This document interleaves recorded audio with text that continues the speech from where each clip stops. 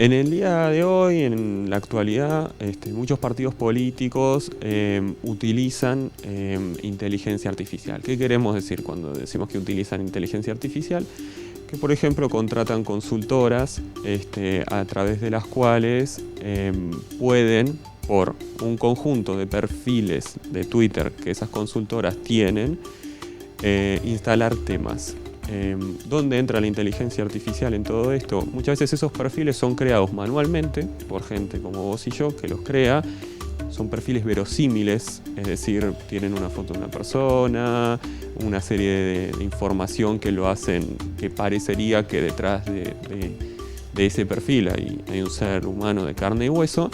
Pero la inteligencia artificial entra en el momento en el cual ese perfil tiene que interactuar en la red social. ¿Qué quiere decir inteligencia artificial? Que se le da un conjunto de datos que estos perfiles tienen que priorizar.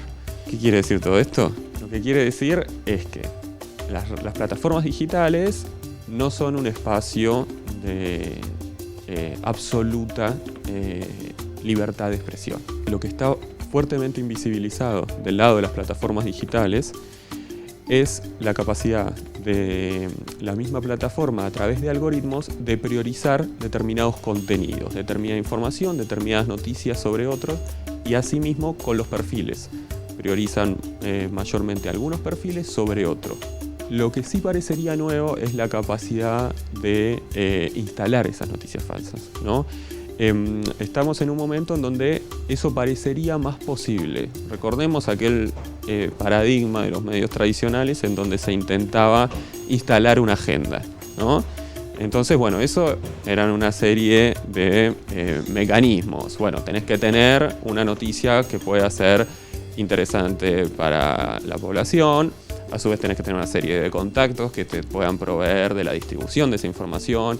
En fin, una serie de cuestiones. Bueno, ahora es todo eso y a su vez conocer cómo funciona el algoritmo de, en este caso, Twitter, para priorizar información y hacer tu contenido de noticia falsa en base a esos datos que el algoritmo prioriza.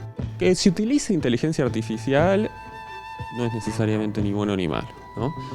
El problema es cuando se utiliza eso para instalar determinados temas que pueden atentar contra los principios democráticos o incluso atentar contra una conversación pública y lo más sofisticada posible. El caso de Chile, por ejemplo, cuando se votó sobre el anterior texto constitucional, se generaron muchísimas campañas de difamación y de fake news donde se decía que el nombre del país, el himno iban a cambiar, que no iba a existir más la propiedad privada,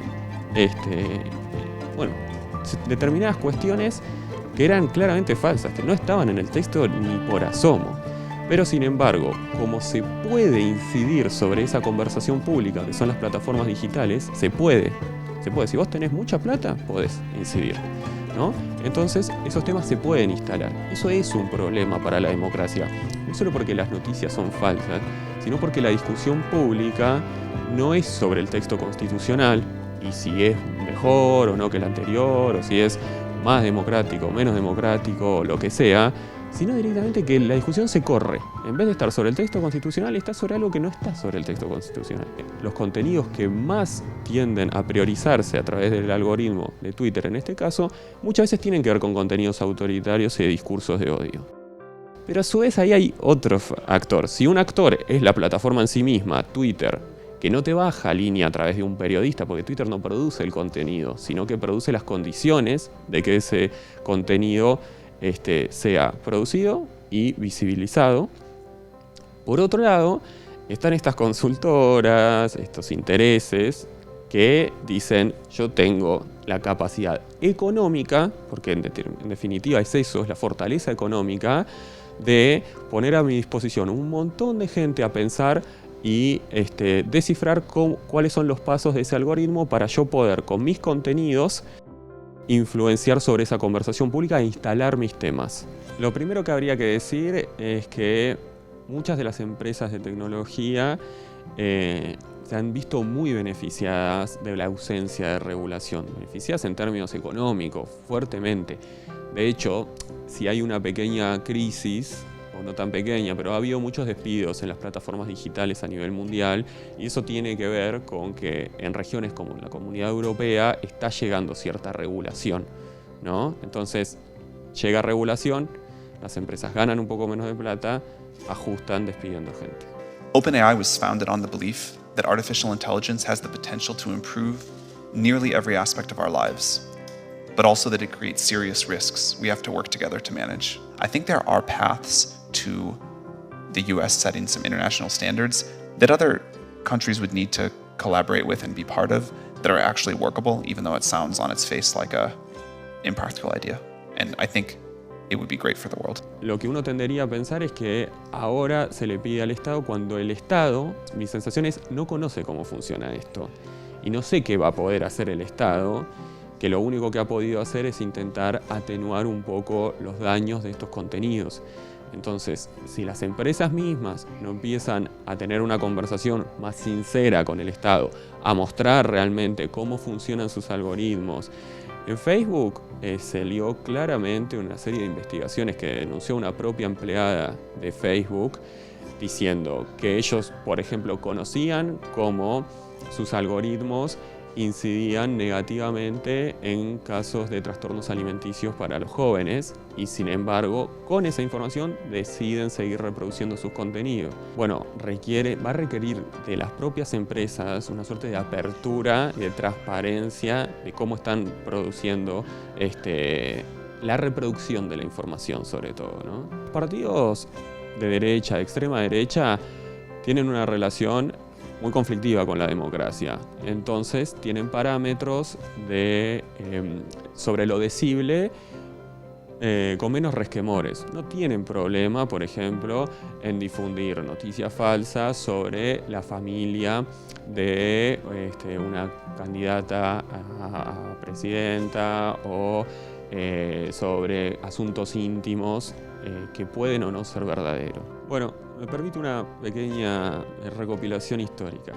Acordémonos del momento de la Ley de Servicios de Comunicación Audiovisual, ¿no? Cuando la ley sale, cuando se está debatiendo, todos los escollos judiciales que eso tuvo. A pesar de todos los problemas que pudo haber tenido y las críticas que se le podían hacer a esa ley, no hay duda, me parece, de que ese fue un gran momento de discusión pública sobre qué son los medios de comunicación. ¿Qué son los medios de comunicación? ¿Quiénes están detrás de los medios de comunicación? ¿Qué intereses tienen esos medios de comunicación? ¿No? Múltiples. De todo, variopinto, había de todo. Pero eso se discutió. Ahí, creo yo, y esto es a título personal, quedó como una memoria de una cierta desconfianza sobre los medios tradicionales. Bueno, sabemos que acá hay empresarios, sabemos que acá hay gente que tiene interés con determinados sectores, entonces, bueno, atenti con lo que te están diciendo. Ese es el paradigma de los medios tradicionales que particularmente en la Argentina está muy discutido por la sociedad civil. En cualquier asado uno puede decir, no, porque tal baja línea, porque tal responde a tal. Es como que la gente sabe eso, ¿no? Ahora, en las plataformas digitales eso está mucho más disimulado. A priori lo que parecería es que la discusión es entre las plataformas y los sectores que pueden influenciar sobre las plataformas. Y el Estado está corriendo de atrás, intentando poner algunas multas, intentando volver a pensar en paradigmas sobre la libertad de expresión, que evidentemente con estos medios de comunicación digitales, ese paradigma de la libertad de expresión es probable que tenga que ser revisto en un punto.